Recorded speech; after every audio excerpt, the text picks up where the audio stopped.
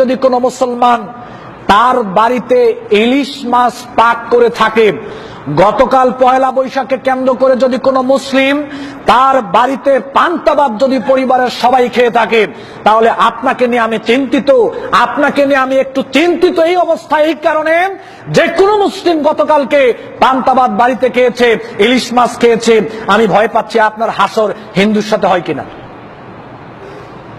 আমি আপনাকে নিয়ে চিন্তিত, আপনার হাসরটা পরকালে হিন্দুদের সাথে হয় কিনা। কেন? এটা হিন্দু সংস্কৃতি।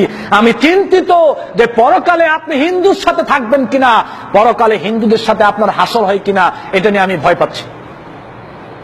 গতকালকে পয়লা বৈশাখকে কেন্দ্র করে যেই স্বামী ওনার স্ত্রীকে পয়লা বৈশাখের কাপড় কিনে, হলুদ শাড়ি কিনে দিয়েছে, লাল শাড়ি কিনে দিয়েছে, তারপরে ওই লাল গামছা কিনেছে, পয়লা বৈশাখকে কেন্দ্র করে পয়লা বৈশাখের জামা যেই বাপ সন্তানকে ক্রয় করে দিয়েছে, পয়লা বৈশাখের জামা যেই বাপ ছেলেকে ক্রয় করে দিয়েছে, স্ত্রীকে ক্রয় করে দিয়েছে, আমি চিন্তিত আপনি হিন্দুদের অন্তর্ভুক্ত হয়ে গেলেন কিনা। আমি চিন্তিত।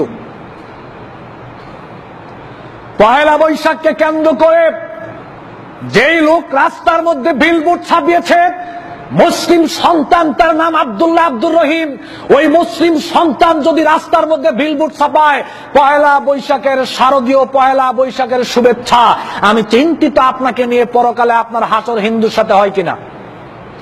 কোন মুসলিম ছেলে কোনদিন পয়লা বৈশাখের শুভেচ্ছা জানাতে পারে? অসম্ভব। পয়লা বৈশাখ যারা পালন করেছেন গতকাল, অথচ আপনি আজকে জুমার সালাতের মুসল্লি। পয়লা বৈশাখ গতকালকে যারা পালন করেছেন, অথচ আজকে আপনি মুসলিম, ওই সালাতের আপনি মুসল্লি। আমি আপনাকে নিয়ে ভয় পাচ্ছি আপনার হাসর পরকালে হিন্দুদের সাথে হয় কিনা। যেহেতু আল্লাহ নবী বলছেন, মান তাশাব্বাহা বিকওমিন ফাহুয়া মিনহুম, যে জাতি অন্য জাতির সংস্কৃতি পালন করবে সে তাদের অন্তর্ভুক্ত।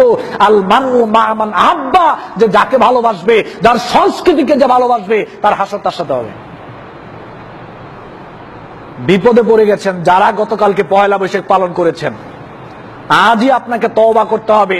আমি সারা পৃথিবীতে যত মুসলিম যুবক রয়েছে, যত মুসলিম মা বোন রয়েছে, যত মুসলমান গতকালকে পয়লা বৈশাখ পালন করেছে, সবার প্রতি আমি উদাত্ত আহ্বান রাখছি, আজকে আপনি তওবা করেন আল্লাহর কাছে, যে আল্লাহ গতকালকে যেই পাপ কাজ করে ফেলেছি, এই পাপ কাজ মৃত্যুর আগ পর্যন্ত আর করব না, বুঝতে পেরেছি, আল্লাহ আপনি আমাকে ক্ষমা করে দেন। আল্লাহ আপনাকে ক্ষমা করবে অবশ্যই, ইনশাআল্লাহ।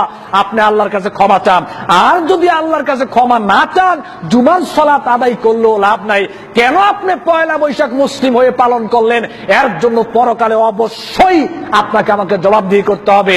আর ভয় পাচ্ছি ওইটা নিয়ে যে হিন্দুর সাথে আপনার হাসরটা হয় কিনা।